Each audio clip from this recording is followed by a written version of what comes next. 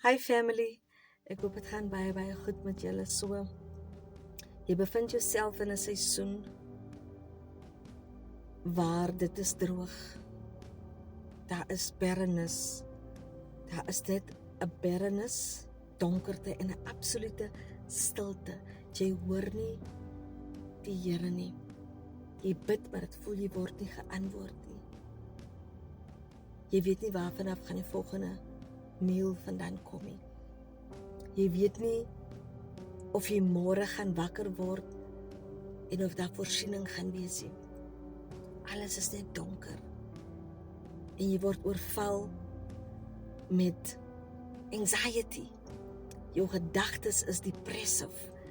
En jy kan hulle half nie kontrol nie, want jy is op so 'n negatiewe donker plek. Jy dink jy's gekus.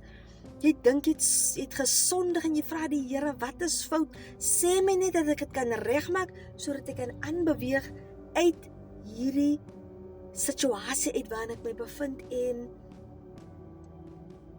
wil vir iemand sê, jy's nie gekus nie. Dis nie sonde nie. Dis 'n transition.